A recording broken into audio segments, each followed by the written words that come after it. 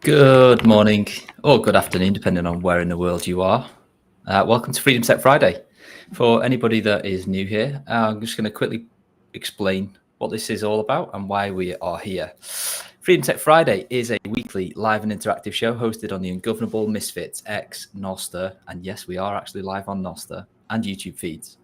We go live for 1 hour every Friday at 9 a.m. Eastern or 2 p.m. London time. But you can also catch up later on the Ungovernable Misfits podcast feed. On Freedom Tech Friday, we like to cover the latest news, trends for anything related to freedom technologies. That could be anything from Bitcoin and Monero, encrypted messengers, privacy tools, and everything in between. Essentially, if there's a news item, tool, or topic that can help you take back some control in today's digital panopticon, we want to talk about it. My name's Q&A. I'm head of customer experience at Foundation, where we build Bitcoin-focused sovereignty tools. And as always, I'm joined by my good friends Max, the head honcho over in the Ungovernable Misfits world, and Seth, who is VP at Cake Wallet. As I mentioned, this show is live and interactive, and we rely on you guys to steer us towards the topics that you want us to cover or to send us your Freedom Tech related questions. There's many ways in which you can get involved, all of which really help spread awareness for the show. You can comment or ask questions in the live chat. You can submit topics or questions before the show on X or Noster. Boost the show on Fountain or any of the other podcasting 2.0 apps. Send questions and tips via Bitcoin or Monero at XMR chat, or just simply share the show on X or Noster. Big shout out to last week's baller booster, Mr. Rod Palmer from the Bugle, who sent in 10,000 sats and said Graphene OS's slogan should be "The revolution won't have good UX because it's an adjustment to use." So, without further ado, let's dive into the show. Yeah, let's dive into the show. Max, Seth, how is it going? And I can hear one of you typing, by the way. That may have been me. New keyboard. It's loud. Mic unmuted. That's the kind of Friday it is. Good morning, gents. Good morning. Max, how are you doing? I know you've struggling with the sniffles over there. there. A little bit. I'm all right other than that. Just excited for today. Very excited. Seth, your audio's not great. I don't know why it was before. Maybe it's not. Yeah, it is not the right microphone. Ah, there we are. Try this now. There we are. Maybe if we can. That's nice. There we go. Oh, yeah. Listeners, can we get an audio check as well? Are all three of us coming through okay? Please drop a comment and let us know if you can hear us all clearly. Look at this. Shout out to the Noster gang. People in disbelief that we are actually live. Oh, we are. Bond said, yes, I finally don't have to log into X today, do I? Noster gang, Observer, good morning, gentlemen. And Delta Mike already in there, first to zap with 420 sats. And as I just said that, Bond boosted 2,222 sats.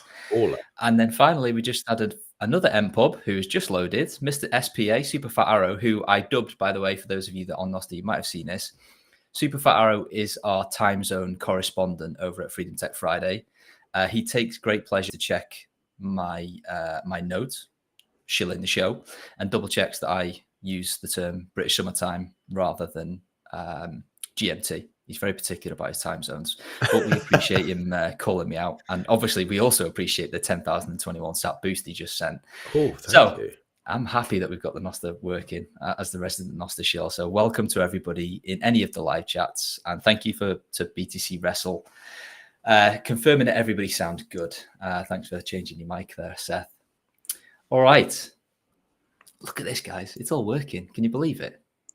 I can't believe it. I don't know how to watch it in Noster. I'm Nostering now, but I have no idea how to see it. But just go to zap.stream and then Freedom Tech Friday will be one of the shows. Oh, it wouldn't be in my Damus or that thing. It's in Primal. You can watch it in Primal as well. Can I? All right, I'll do Primal. You can indeed. It should come up as a notification. Anyway, let's get down to business. Today, we are talking about something that basically touches every single one of us. That is passwords. Whether you love them or hate them, they are kind of like the first line of defense for protecting our emails, bank accounts, wallets, basically apps, anything that, every single corner of our online lives. In doing a bit of research for the show, I found a couple of scary facts.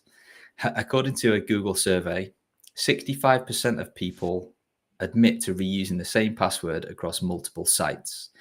And of course, that is just the ones that are willing to admit it. I'm sure the real number is probably much higher. Obviously, that means that if just one of those sites were to get hacked, and let's be honest, these types of breaches happen every single day, unfortunately.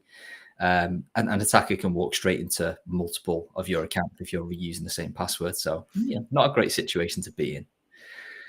In 2024 alone, over 5 billion unique credentials were found circulating on the dark web after major breaches. And yes, that is billions with a B, not with an M. Now, think about this. The average internet user has, I was going to say, at least 20 different online accounts for all of their different all aspects of their digital life, essentially. So it's kind of like no wonder that some people, particularly those that are less digitally native, I guess, will default to weak passwords that they can memorize so that they can just manually type it into each of the new services that they sign up to. But thankfully, and they do that because there's simply no way to remember, loads of different complex, unique logins. Even if you're a kind of low footprint digital user and you've got maybe, 5 to 10 accounts, memorizing a different password for each of those services is unfeasible for most people. I'm sure there's some autistic people out there that may try to do that, but probably not advisable or feasible. So that is where password managers come in. So, gentlemen, and I'll give this one to you, Max, first. So if somebody's never heard the term before, and I appreciate that this might be kind of basics for some of the listeners here who are well versed in this, but how would you explain a password manager in the simplest way possible? Something that creates and stores passwords for you in a secure way. I like that. Any advances on that, Seth? And honestly, it's nice and simple. The only thing I would add is that nowadays they can do a lot more as well. So you can do passkeys, you can do email aliases, and many of the good ones. You can do a lot of different things than just generating and storing passwords. The term has kind of like grown rapidly, but at its core, especially for the average person, it's really save your email and save your passwords for each website and easily autofill them. All right. So you mentioned there that a password manager will kind of generate a password for you. Like how do they kind of do that for you? Like what's the general flow look like? Like, let's assume I'm a Luddite and I've got my Facebook account and my Instagram account and my Twitter account, and they're all using password 123. Like, where do I get from that kind of horrible world to, having a password manager and then, this magical piece of software kind of doing all of the stuff for me, and it like gives me a new password? Is that right? Do I just go and change it? Like, what does that look like? And how do I know that they're kind of giving me secure passwords, I guess? Yeah, I mean, on the security, I think the most important thing is not just using like any old random password manager, but using one that's well vetted, that's free and open source software specifically, because you want to make sure the actual implementation of their security is sound and reviewed by many people. Like, there have been many cases in the past of password managers doing something incorrectly with passwords and people getting wrecked as a result. So really using something dependable. We can obviously get into specifics later on of which ones we recommend, but as for how it works, the really nice thing is if you're using a good password manager on your phone or on a browser as a browser extension, it can autofill and auto-generate a new password and autofill your email for you. So generally, like if you already have a Facebook account, you would just go to your account settings to security, and then you would have an area for changing your password. You enter your old one, and then in the new password field, usually your password manager will just automatically prompt to generate a secure password and for you in both the new password and the confirm new password field. So you generally don't even have to copy and paste it. That does depend. Like if you, for some reason, don't like browser extensions and you want to just use like the desktop app or something like that, maybe you can't autofill it and maybe you have to copy and paste it out. But generally, it'll just autofill it for you and then you're off to the races. I think the thing that a lot of people don't realize until they start using Password Manager is it's one of the best quality of life improvements like in the digital world you could ever do, because you don't need to worry about remembering passwords and you don't even have to worry about typing them in.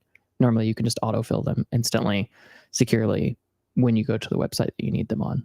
So it's surprisingly easy, but it is one of those things that you should not try to do like every account under the sun the day you get a password manager. You'll burn yourself out. But my kind of advice generally is just like go one account at a time. When you go to Facebook, change the password there. The next time you open Instagram, change the password there. Like each time you open a new service, just take 2 minutes and change the password and slowly migrate all of your passwords to your password manager that way, just to new secure passwords. Yeah, I think that kind of slow switch from one world into the other is great advice, and something that's applicable to most of the tools and techniques that we talk about on Freedom Tech Friday, I guess, rather than trying to kind of diving in and change your entire digital life over the course of a single day. It's going to be quite difficult. I believe I'm getting an echo. Thank you for letting me know, Seth. I'll have a play around and maybe move some stuff around, but hopefully it's not too detrimental. Okay, next question. A lot of people kind of are unsure when they start using this type of tool like a password manager, where they are fearful that, I guess the saying goes, I don't want to put all my eggs in one basket. Like, this one thing now seems like it was like a single point of failure. And if something happens to this password manager, and again, they all operate slightly differently. We're going to dive into the different pros and cons of those afterwards. But like, what happens like if something happens to that single password manager? Like, presumably my entire digital life is owned. Like, what protections are there? Where are the passwords stored? Like, how would you answer those sorts of questions and fears that people have? Yeah, I mean, biggest thing to remember, I did mention the last one, just like make sure that you use a good open source password manager. One of the reasons for that is so that if that password manager goes away, you could still have access to the actual apps, to historical apps. Someone else could take over maintaining it if necessary. Like, it gives you a lot more flexibility in the future. If, like, let's say you use Bitwarden and Bitwarden shuts down as a company, someone could continue maintaining the clients themselves, so you could keep access to everything. But when it comes to like actual security of your passwords, that's really important. Kind of like when we're talking about like Bitcoin security, you're going to have one key that's most important to remember and to write down and to save securely, and that's going to be the master password for your entire password manager. So you'll have, like, let's say you use Proton Pass, you'll have your Proton Pass email and then your Proton Pass account password. That you can store it in your password manager if you want to autofill for other things, but obviously you can't autofill something from your password manager if you can't log in. So you are going to need to make sure that that's a securely generated, very long, very complex word that you keep safe. Probably keep it in the same place as you keep your like Bitcoin seed phrase or something. Because like you said, if someone gets access to your password manager, then they get access to all of your online accounts, which is a bit terrifying. But the one additional measure you can add is obviously you should use two-factor auth for getting into your password manager. So something like a two-factor token in an app like Proton Auth or Ente Auth, something like that. And then on all of the websites you do, an additional step that would be good is using two-factor auth there. And I generally recommend keeping your two-factor authentication not in the same password manager as all of your passwords. I know that they all can do that today. Like with Proton Pass, you can do all your two-factor tokens in Proton Pass. But I personally like keeping two-factor tokens separated from my passwords so that if my Proton account got pwned, all of my passwords maybe could be had by somebody, but they wouldn't have any of the two-factor tokens. And so they wouldn't actually be able to get into any of my logins unless they had me or my like device where I keep these tokens on. So those are the main protections you have. But it's really keeping that master password or the login for the password manager itself really secure, offline, that sort of thing. Is it really two-factor if it's in the same place? Like, it seems a bit like sort of storing your 24 words and then a passphrase together. It's kind of like they're separate, but they're not really. I think the difference here is that unlike a Bitcoin seed where no one's guessing your seed phrase, with a password, in theory, they could get it. So let's say, for instance, you're using a really old password, but you do have two-factor auth, and you keep both of them within the same Proton Pass. Let's say not the different threat model, your Proton Pass does not get pwned, but the person guesses the email and password because it's something that's been leaked in the dark web, whatever. they still don't have the two-factor. So it's really different kind of threat vectors. Like if you're worried more about, I don't know, I'll clarify it this way. If it's between you using two-factor and not using two-factor, by either keeping everything together or trying to keep things separate, it would be better to keep everything together and use two-factor on all your accounts and not use two-factor auth. But I think if you're willing to do that little bit extra step and use a separate authenticator, I think that is the better solution for most people, but it does cut down on the convenience just a little bit.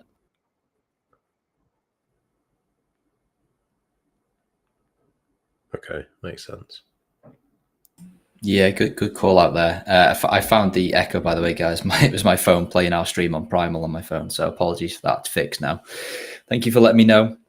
All right, we have a question from our time zone correspondent. I'm going to put it up on screen now. It was one I was going to ask myself later, but given that he's asked it now, I want to let you guys chime in. We are talking about passwords here, but something that's become quite prominent in recent years, particularly, I believe Apple might have been the kind of the driving force here around the concept of passkeys. So could one of you outline where would I use a passkey versus a password, and maybe kick off by, I guess, outlining the differences first and foremost, and then maybe the difference in application thereafter.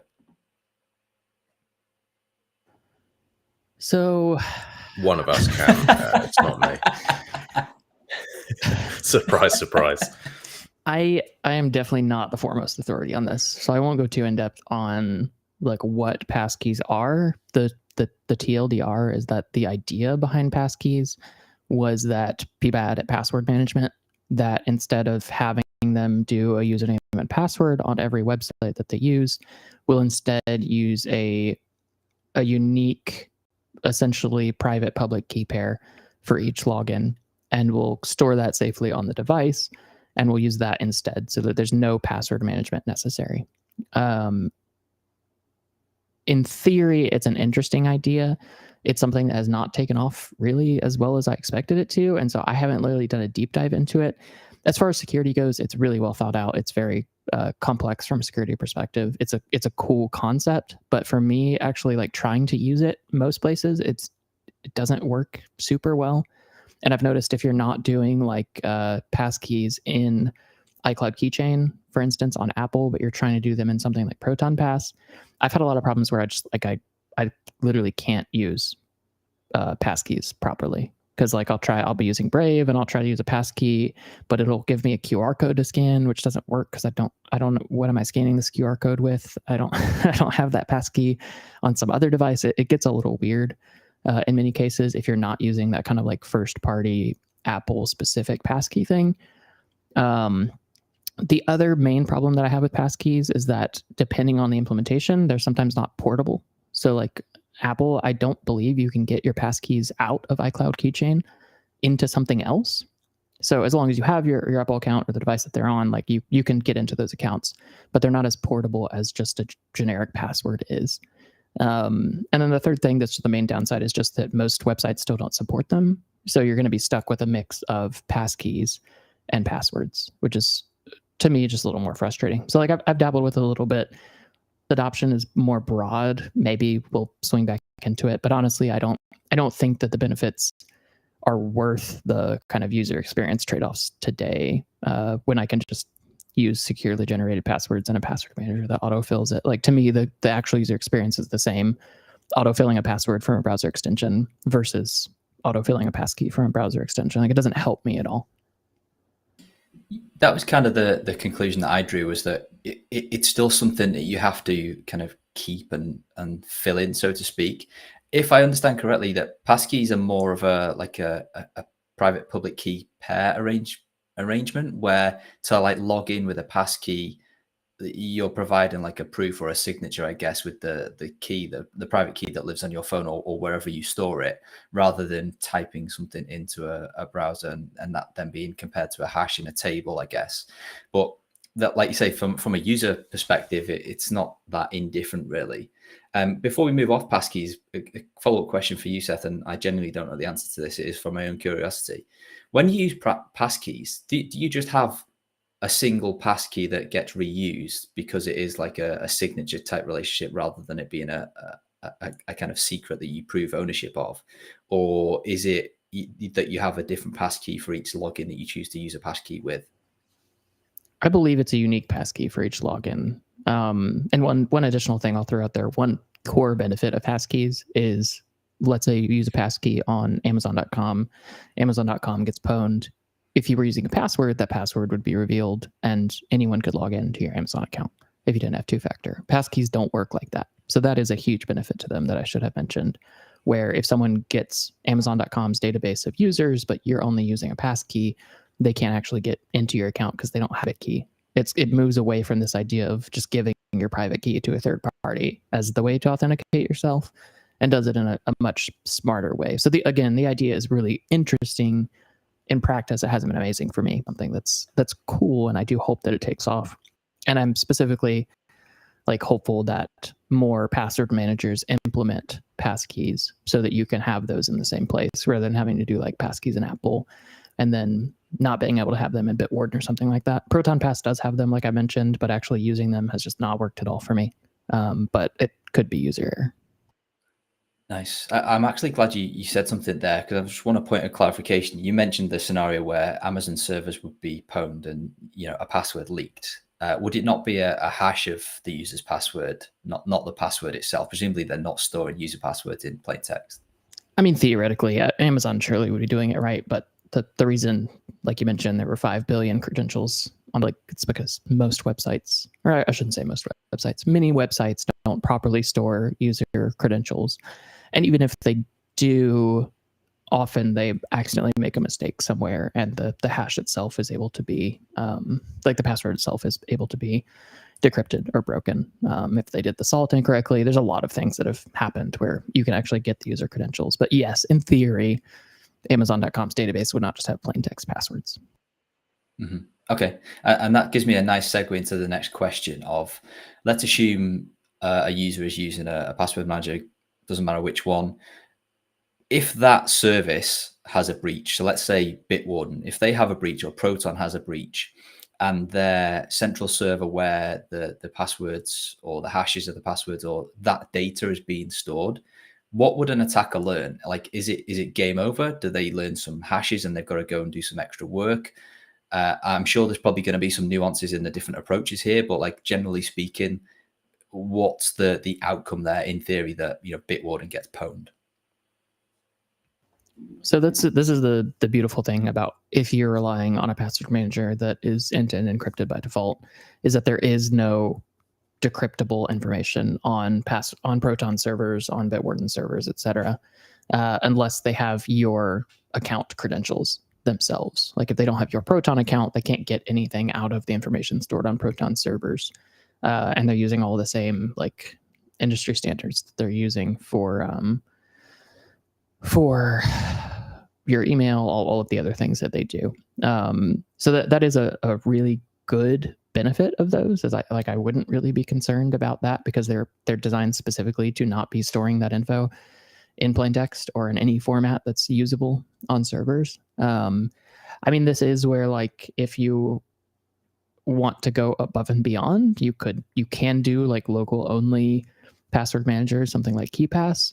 It is greatly going to increase the user experience hurdle, like the pain of actually going through everything is going to be greater. And then you also need to implement backups because you need to make sure that you don't lose those secrets or you're going to have a really bad time. So it adds a lot of complexity if you don't rely on that. But that's where and I know I've talked about this before, I think the risks of them getting something out of a password, a Proton server, for instance, are just essentially nil. Whereas the risks of you accidentally deleting your KeePass database or your MacBook flying out the window of your car or something, and you just losing everything are much greater. So usually the pros outweigh the cons of using something like that, and Proton knows what they're doing when it comes to encryption. All right, awesome. We've got a comment from the Twitter live chat from Artori here, which is another one that I had later in my list. Is it worth it to not keep your password to your main email or Google or iCloud account in a password manager? I guess I can probably tackle that one. I personally would. I don't see a reason not to kind of do that, really.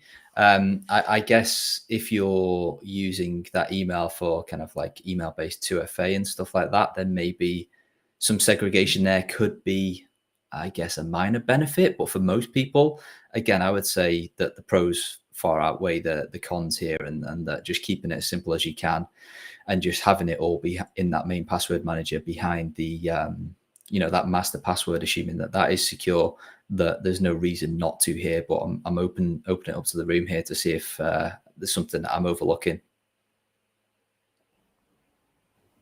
Not that I can see. And sorry, Seth. No. Go Max. Go Max. I was going to say, not that I can see. If you trust your password manager and if it's open source and everything else, I can't personally see a reason, unless, like you say, using it for 2FA or anything like that. Sounds like Seth's got some ideas on it. But before he does that, I was also thinking, like we were talking about, or in the chat, there was, have I been pwned, and all these different things where you can search to see if there's been a leak on like old email addresses and passwords and things like that.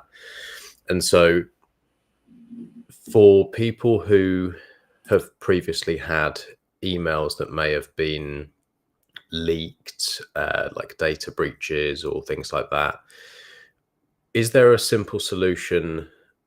Say they switch across to something like Proton and they start using a new email and password manager and everything else and trying to do something properly going forward. Is there an easy way to like download and copy all of the emails that they previously had? Because often that's like a way to store information that you might need to go back to for whatever reason. Is there a way to do that and not lose all that information across your old emails and then move to a new one, but make sure that the people that would have otherwise contacted you that you need to speak to still can? I think that the easiest way to do this, like, I don't know, it gets a little tricky. Like if you're using Gmail, really a good solution, like you kind of would just have to get a new email address. But if you're using something like, say, Proton, what would be really easy is just using aliases from that point forward. Still get to keep all of your other stuff. You can actually, in theory, disable specific email addresses, although I'm not sure if like you don't use a custom domain, if you can disable your protonmail.com ones or not. That's actually something I would have to double check on. But I think for the most part, if you've had like an email address leaked in one of those hacks, honestly, the easiest thing is probably just kind of moving on from that, creating a new account on something like Proton or Tuda, and just keeping the old one just in case for as long as you need. This is what I did when I first kind of went down the privacy rabbit hole, and eventually migrating everything over to the new one. The other side benefit of doing that is, like, let's be honest, if you've had an email for like a decade or something, you're signed up for so much garbage, and there's just no hope of digging yourself out of that, like that spam and subscription hole, that a lot of times it's actually really nice to get a fresh start and just not worry about your old email. But definitely make sure before you delete the old email account, all of your stuff is migrated over, that nothing is using that old email, because account recovery can get really, really painful if you don't have access to the email address that you signed up for a service on. Like I have gone through that several times, and it is not fun. So that's definitely the thing to keep in mind. But that's where you can kind of just keep that old email address around for a year, 2 years, whatever. But start using a new one. Start using email aliases, please. They're so nice. If an email alias gets leaked, you just disable it and you move on with your life. It's incredible. I agree, and I've got some cunt with a strimmer outside my window, so I'm just going to tell him to fuck off, and then I'll be back. Just 2 seconds. Gotta love live streams. All right. Thank you for your question, Artori. The next one I wanted to ask was from my list. Seth, I think you briefly touched on this earlier, but aside from the obvious of storing or generating and storing passwords, most of these password managers on the market can do a little bit more than that. What would be some of the key kind of tangential features that the good password managers offer a user, so that they can kind of further improve their sort of digital life? Yeah, I mean, it definitely varies. I'll just, because I use Proton Pass, I'll highlight their things, but a lot of what they do, you can do in Bitwarden and many other password manager options. But the most important ones for me are secure notes, where you can store essentially anything. That could be like driver's license number, that could be social security, like things that you need, but you want to make sure are secure. You can do in just notes, so you have general text. You can use file upload to be able to keep, and I'm not necessarily recommending this for everybody, but just as an option, you could use it to keep like your private GPG key or a private SSH key that you use across devices on your password manager to make sure that you don't lose it. And then the one that is very underrated is, instead of relying on some browsers' credit card autofill, especially if you're not using a good browser, you can do credit cards in Proton. So you can have all of the details, expiration, the CVV or security code, billing address, all that stuff, and autofill credit cards directly from it as well. So it really becomes like a holistic secrets manager rather than just password manager, to let you do really a lot of things. So it's pretty amazing once you kind of get used to it. The other thing that I will add is Bitwarden has this. I don't think Proton does, but I could be wrong. But you can also use it to send someone else credentials. Actually, Proton can do it too. So let's say like you share an account with a family member, or you need to transition an account to someone else. You can send one-time links with those credentials in a way that are not revealing those to them in like a text message or a Facebook message like that, where you don't want that in the chat history. Like, you don't want Facebook to have those details. You can actually send it via a secure link. I think it's called Bitwarden Send. You can also send files that way. And then Proton, you can send links to specific credentials, which is a really, really useful feature that I use often. Yeah, I also kind of echo everything you just said. That secure send is can be a godsend for getting, especially from a work perspective, if you need to share credentials and things like that. It's very useful. All right, Max, I hope you've finished killing the Strimmer man and back with us now. But, I'm gonna. I haven't, because they all had machetes, and I didn't want to get too leery, but they have stopped. So that's probably a wise idea. All right. Yeah. Final question on my list before we dive into the specifics of some of the tools. Most browsers these days, doesn't matter whether it's on mobile or desktop, always have that really annoying pop-up. They're like, we see you typed in a password. Do you want me to save that for you? What's the pros and cons of that? Do you advise people to do that? Do you guys do that? Obviously, don't answer that if you're not comfortable with doing that. And how does that compare with a separate password manager, which is kind of like a standalone application? Max, I'll kick it to you first. Yeah, I don't know the technical reasons, but I just wouldn't trust Google or whoever in a browser to store my data. But saying that, I would use Proton, the little widget or whatever you call it, that then does the same thing and pops up in the browser for me. I use that. So I think I'm guessing the difference is that the data obviously is going to be stored by Proton rather than being stored by Google. And that's why I'm worried, because I don't trust Google. Yeah, the biggest thing here is digging a little bit deeper, which is what browser are you using? So I would say, like, if you're using, for instance, Brave, if you generally only use Brave to log into things, I think it's fine. But the real reason why I don't use browser password managers, like the built-in browser password managers, is because I log into things a lot of different ways. I log into apps, I log into things on my phone. It's not always in the browser itself. And usually, like, getting those credentials out of the browser is a pain in the butt when I need to use them somewhere else. You also lose all the additional functionality that we talked about. You don't have secure notes. You do have credit card autofill, but it's just not, it's not as fully featured, and it's not really built to be portable for you to use it to log in elsewhere.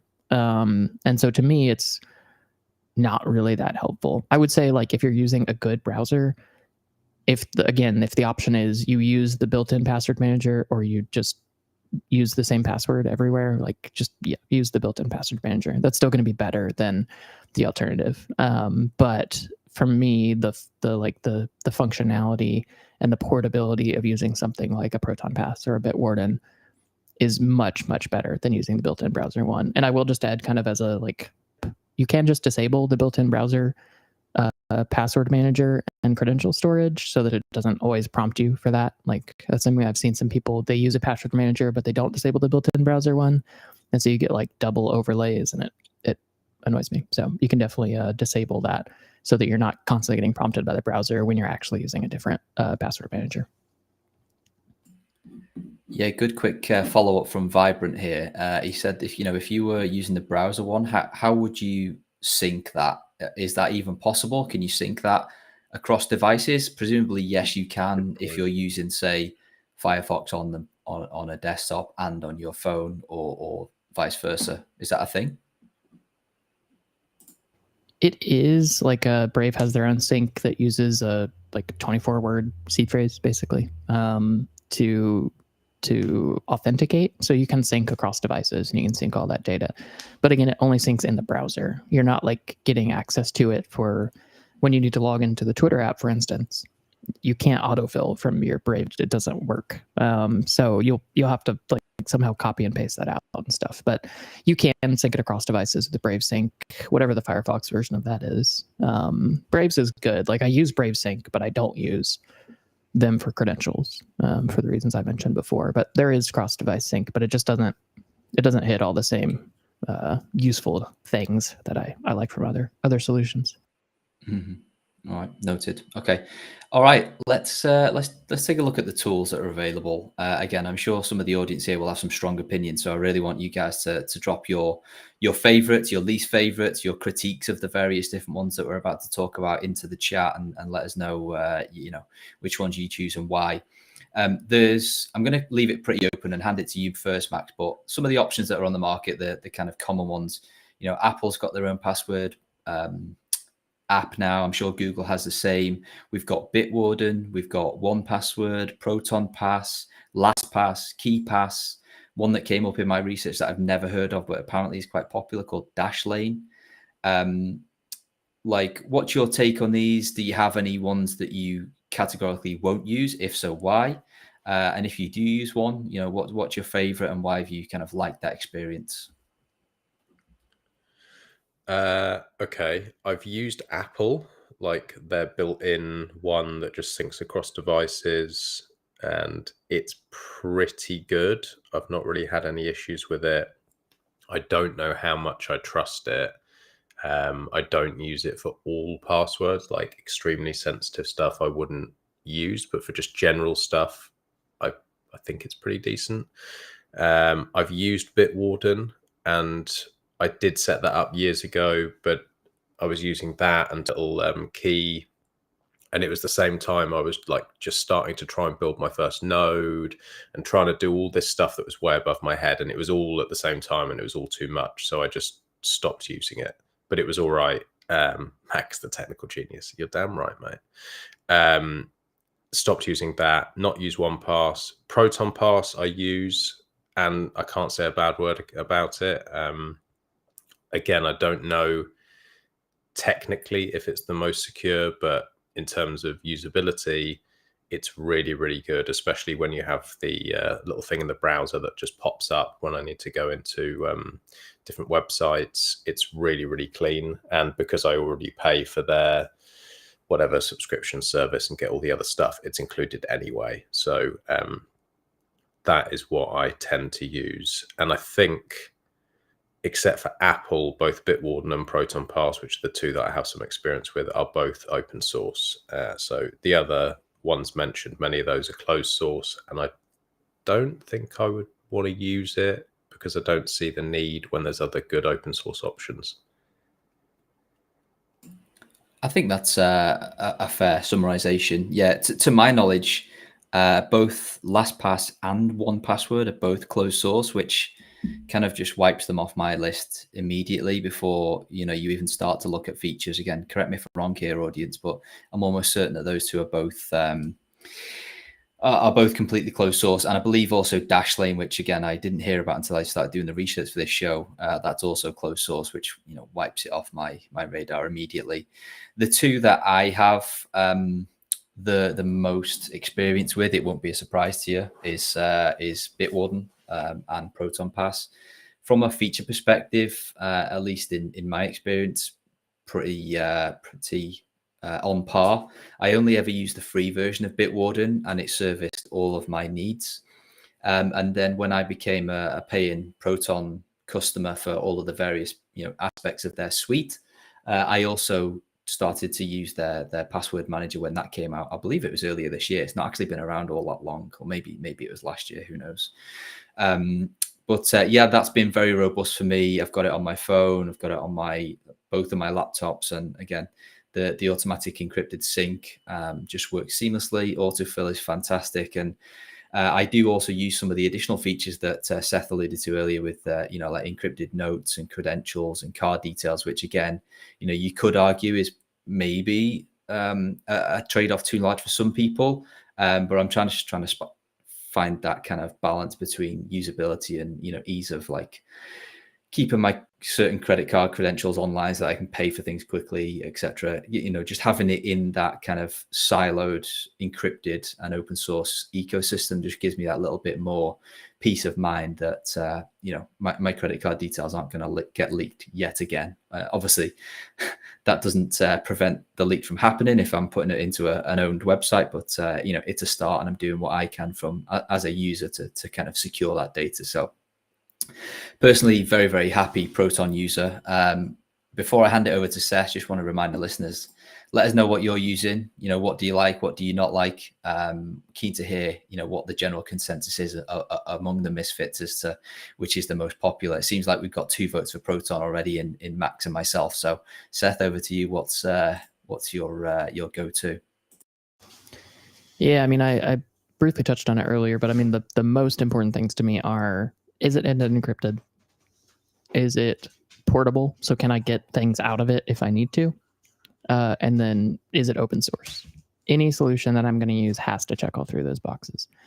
If it does, I think then it really just comes down to user preference. Like I know some people prefer Bitwarden's approach to things. Some people prefer Proton Pass. There are some other options. I know KeyPass is one that a lot of people prefer. It's a bit more hardcore. But I really, when I think about this, I'd say what solves those 3 things, and then what's the most user-friendly beyond that? Because if it's user-friendly, I'm going to use it more, and I'm going to be able to onboard more people to using it as well. Because really, these are something that should be a tool that everyone uses, like not just tech-savvy people. Like honestly, the people who need it most are the non-tech-savvy people. So it needs to be really user-friendly as well. But those options, like really, I think you can't go wrong with Proton Pass or Bitwarden. Both are absolutely fantastic. And then KeyPass, if you want the more hardcore one. I know you have PairPass on here, which is the from the Keat, the people behind Keat who are associated with Tether. It's going to be like a kind of like peer-to-peer encrypted sync. So you'll be syncing your secrets directly between your devices without using a server, which is quite cool. So I'll definitely be keeping an eye on how that is, how user-friendly it is. But those are kind of my key guidelines. Like the thing that is absolutely a non-starter is please don't use a closed source password manager because you have no clue what that company is doing, what approaches they're using to encryption. And something really interesting that I want to highlight, like we have LastPass on here. Something that happened and has continued to happen is they had a hack in 2022 where it came to light that hackers had accessed their database of encrypted password vaults. In theory, that would be fine, but LastPass had not been implementing key stretching properly, which basically just means that those encrypted copies of password vaults were not properly secured, hadn't forced users to use the right manage the right password creation format to kind of simplify it. And it turns out that a lot of people were storing their seed phrases in those vaults that were not properly protected. And so there's been hundreds of millions of dollars of theft from those vaults being stolen because people were keeping seed phrases in there, which is generally not a good idea. I am of the mind that that's actually fine for hot wallets as long as you're using a good password manager. but it is definitely not somewhere you should put your like life savings. And even with hot wallets, there are better solutions these days, like BIP85, where you could use like Passport and use BIP85 to do your hot wallet seed phrases, so they stay on Passport, but you can still access them when you need them.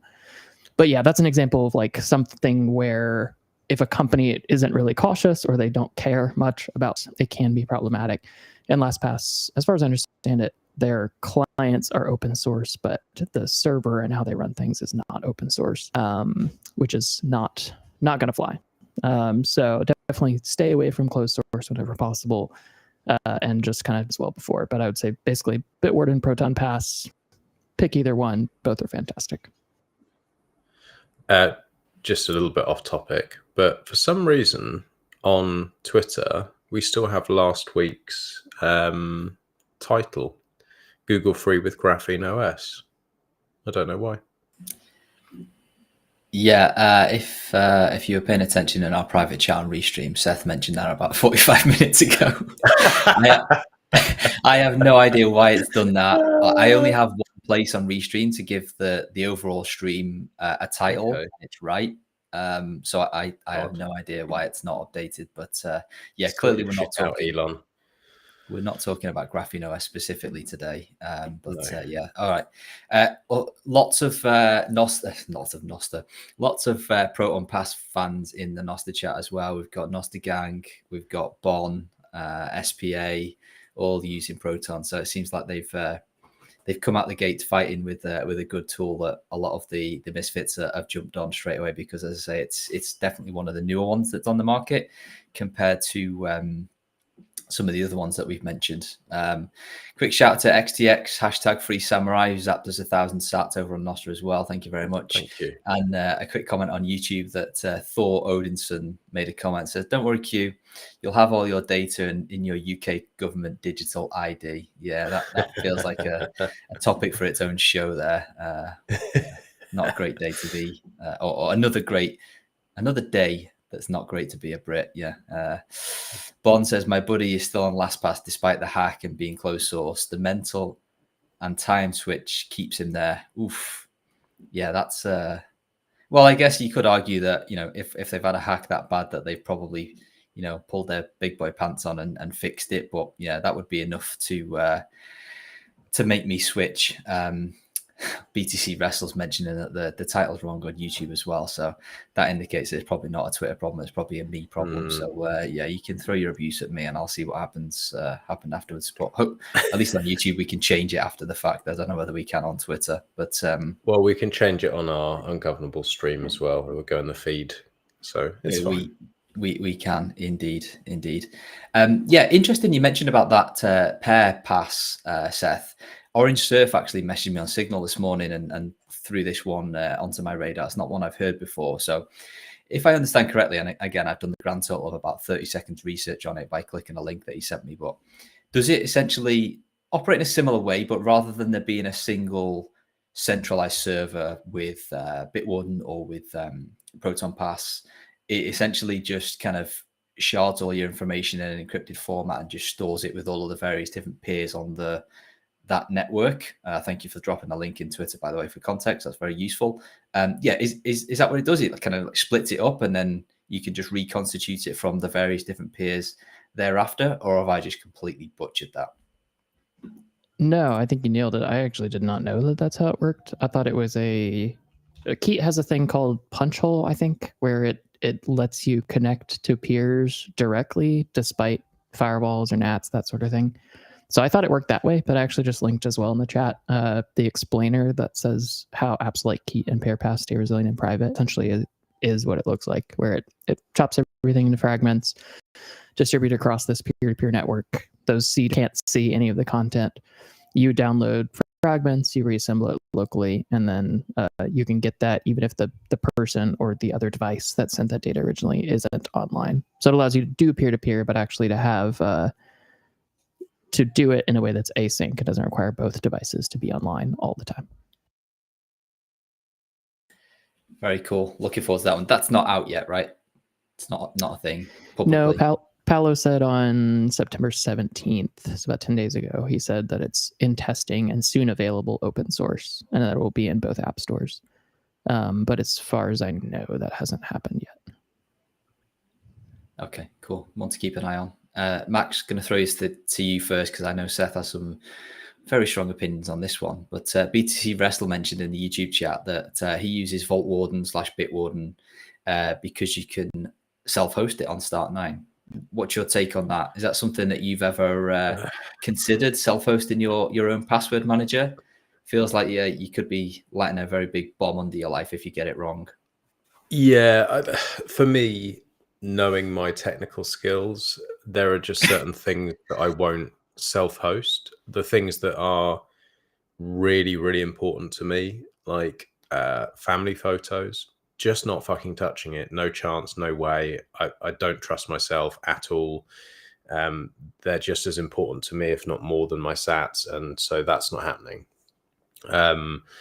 Passwords, again, like getting locked out of all your accounts and not being able to use any of the stuff that you set up over the last decade would be really fucking annoying. And it would be exactly the sort of thing that would happen to me. And it would be exactly the wrong time where I couldn't then fix my laptop running in a different country to try, self-hosting it. Just no, it's not for me. I'm not saying it's not for other people. If you're really, really technical, and you really know what you're doing and you have some sort of built-in redundancy and you just know your shit, then great, cool. But not for me. No way. Seth, I guess it's just a co-sign that message from you. Yeah, I mean, I think I touched on this for family photos last week, but it's just this idea of like, man, there's so much that I have to worry about. I really don't want to be the person who's responsible for all of my access, much less like then it'd also be my wife's access. Am I also going to be an Uncle Jim and keep all of my other friends' passwords? What happens when my server dies and everyone loses everything and everyone cries? Like I don't want that. And the only real pro is that in this wild scenario that like Proton gets hacked and their databases get leaked, also somehow all of their encryption was bad and then the secrets are leaked. That scenario is like so wildly unlikely. Well, the scenario of, oh, you were using a mini PC that had one SSD and it failed and you lost everything is much higher. The one caveat I will say with password managers versus something like family photos is that every good password manager I know keeps a local cache of everything. So like if you're using Vault Warden, but you have Bitwarden on 3 different devices, each device will have whatever the latest state it has locally on the device. So even if your Vault Warden dies, in theory, you should have those secrets still on those devices. Yeah. So it's better than the situation of like family photos where your phone's probably auto-deleting things to save storage or something. So the only copy would be on your server. So it's not a terrible idea. It's just one of those things where like, to me, the juice is not worth the squeeze. It's an extra thing I have to host, an extra thing I have to worry about, an extra thing my family complains when it's down. There's not much benefit to me, but it is better than like family photos or something like that if you're not a super tech savvy person. When I spoke to Matt Hill from Start9 maybe a year ago, he came on the show. We covered this topic specifically, and he was saying it's only just for him a time where he's starting to host his own family photos, and his setup that he went through with me sounded like it had extreme redundancy and things in different locations and backups on backups, and it sounded pretty complicated. And he was like, I'm only just starting getting comfortable with it. And I was like, he's probably slightly more technical than me. So that was at the point where I said, I'm not even going to bother looking at this. Yeah, I co-sign that. I did try it once, but I guess I was just worried that, like you say, what happens if it all goes wrong? With like the Bitwarden side of things, I think I'm glad you pointed that out, Seth, that it is not necessarily that you lose everything if the server goes down. You just lose like any updates that have happened or any state sync that would have taken place after the server went down. So it's not like you're going to lose access to everything because of that local cache that you have. But again, like don't know, man. When you have kids and shit like that, it's just one thing too far to worry about. So, end-to-end encrypted open source is like a fine trade-off for me to not have to worry about all that sort of stuff. We had another question from Orange Surf, who messaged me on Signal this morning. We may or may not have touched this, but Max, I'll give it to you first. Are there any passwords that you wouldn't trust your password manager, aside from Bitcoin seeds, which, Seth briefly mentioned the kind of the trade-off model there, but in your digital world, is there anything that you specifically don't put into a password manager? If yes, why? There's a couple of things, like logins to get into my Start9. I don't put in logins to get into my router when I had it properly set up with a Flint 2 and all that kind of stuff. Just a couple of basic things that I was fine to have in writing, locked away in a safe, which needed physical access. And I didn't need to use very often. It was only like, fuck, my router's gone down again, or like, my server's gone down again. Right, okay, I need to log in. And then I had a really long, disgusting password I'd physically type out, but I'd only have to do it like once every 6 months or whenever things break. So that was the only things, really. Things where I didn't need constant access and I really didn't want people getting into. I do have one more that I didn't mention yet. The one other secret that I would in here is if you are an Apple user and you use data protection, which if you are an Apple user, you should be using advanced data protection unless you're stuck in the UK. Sorry, Q. If you are using that, you should treat that like a very important seed phrase. Because if you are using advanced data protection and you lose that secret, you lose everything potentially if you forget your password or get locked out of your Apple account for some reason.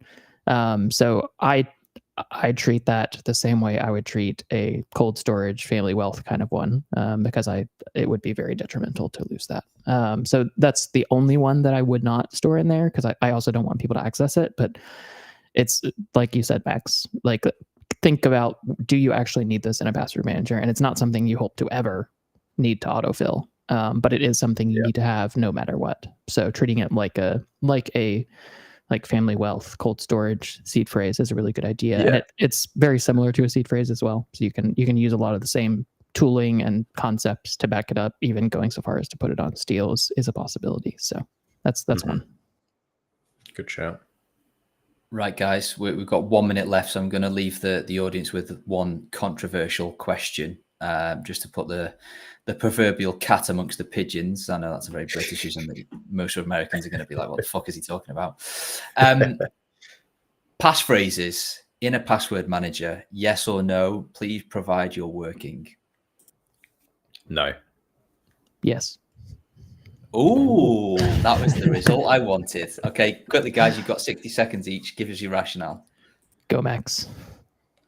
No, I don't understand the password manager encryption well enough to trust it with something as important. I don't need access to it very often, and I prefer to have things in the physical world where I understand them. I'm much better in the physical world than I am in the digital world, so I stick to that. My reasoning is, if you lose it, you lose all your money. So you want to make sure that you have redundancy for it. It should not be stored with your seed phrase, and hopefully you're not storing your, at least cold storage seed phrase, in a password manager. So it keeps them in separate places. And third, it is something that you may need access to on the go, potentially. It depends on exactly how you use passphrases. I know that the usage can vary. But for me, the pros of having the redundancy and having it stored separately from your seed phrase without having to have yet another physical location is well worth it to use in a password manager. Because again, to me, the risks of someone finding your seed phrase and also accessing your password manager are so incredibly low. But the risks of you losing your passphrase, which is something that we see all the time, like we have cake support tickets about this, where people don't realize what a seed phrase is, or they forget that they have to have that to restore their funds, or they just misplace it and lose all their money. That's much more of a problem to me. So I think password manager is right for most people, but again, it's personal. What a great way to sign off the stream. Yeah, we're coming up on time already, guys. That was a fun one, as always. Appreciate both of your insights. Really appreciate all of the people in the Twitter, YouTube, and Noster chat. We were finally able to get that off the ground. Special thanks to those that boosted and submitted some questions and topics ahead of time. As always, we will be back with you the same time next week. If you have suggestions for next week's topic, please hit us up on Twitter or on Noster with your suggestions, and we will do our best to get you guys covered. Until then, I will catch you next week.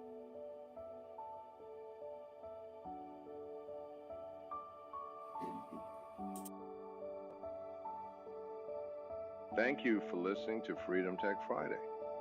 To everyone who boosted, asked questions, and participated in the show, we appreciate you all. Make sure to join us next week on Friday at 9 a.m. EST and 2 p.m. London. Thanks to Seth, Max, and Q for keeping it ungovernable.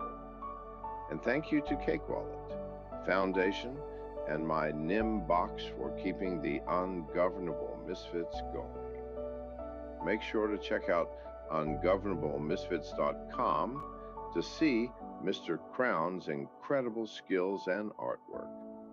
Listen to the other shows in the feed to hear Kareem's world-class editing skills. Thanks to Expatriotic for keeping us up to date with boosts, XMR chats, and sending in topics. John, great name and great guy, never change, and never stop keeping us up to date with mining news or continuing to grow the Meshtadel. Finally, a big thanks to the unsung hero, our Canadian overlord, Jordan, for trying to keep the ungovernable in check and for the endless work he puts in behind the scenes. We love you all. Stay ungovernable.